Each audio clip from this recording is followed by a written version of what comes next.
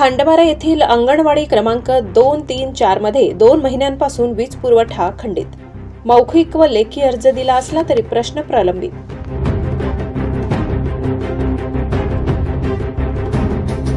नवापूर तालुक्यातील खांडबारा येथील श्री स्वामी समर्थ केंद्राजवळील अंगणवाडी येथे 2 महिन्यांपासून वीज खंडित आहे. ग्रामपंचायतीला मौखिक व लेखी स्वरूपात अर्ज देऊनही कोणतीही दखल घेतली नाही. अंगणवाडीमध्ये वीज पुरवठा नसल्याने विद्यार्थ्यांसाठी स्वयंपाक करताना अंगणवाडी सेविकांना त्रास होतो. त्यामुळे पिण्याच्या पाण्याचा प्रश्न देखील निर्माण झाला.